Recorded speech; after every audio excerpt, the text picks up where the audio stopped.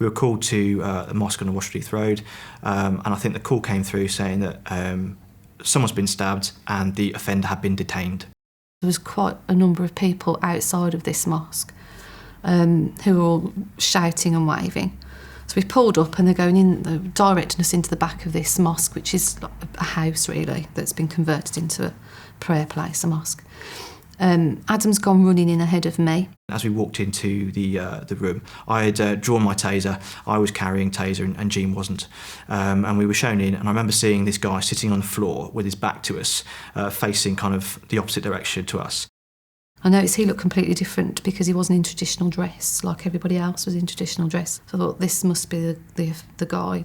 He stood up and turned towards me. And there was something not quite right about him. And I pointed my taser at him. He started coming towards me and I fired. And I stood there waiting for him because in the split seconds, because the taser had gone off, I thought, I can't hit him or anything.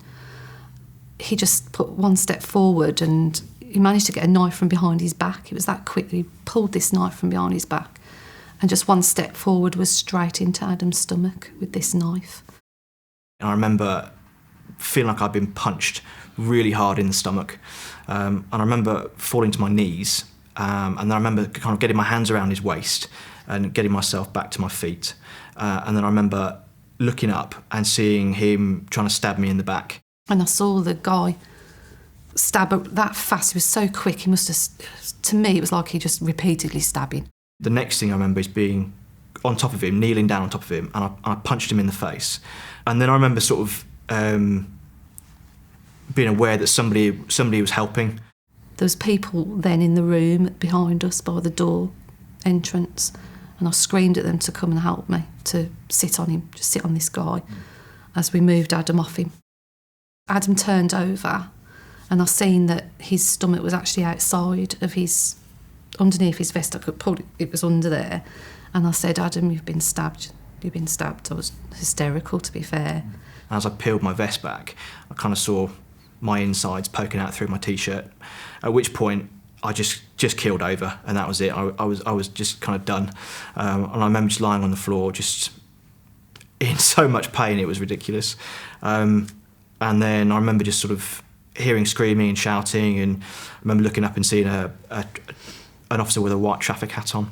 And then I remember sort of other officers arriving, saw some of my teammates, and at which point kind of the firearms team had arrived and started wrapping me in cling film. And for me, it wasn't until I actually started talking about what happened that I actually kind of realised how serious it was. If you see what I mean, the physical injury, you can cope with that. You know, that's painful. That takes a while to heal up. But the other side of it is kind of where the damage is. I'm trying to remember how I was before I was injured, and I can't remember who that person was. I can't remember how I felt about things. I can't remember the way I looked at things.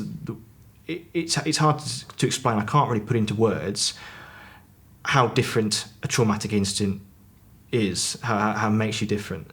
I continued to work, but I found myself getting more and more. I was very scared. I have been diagnosed with post-traumatic stress disorder, so I've agreed to have counselling now. I nearly died.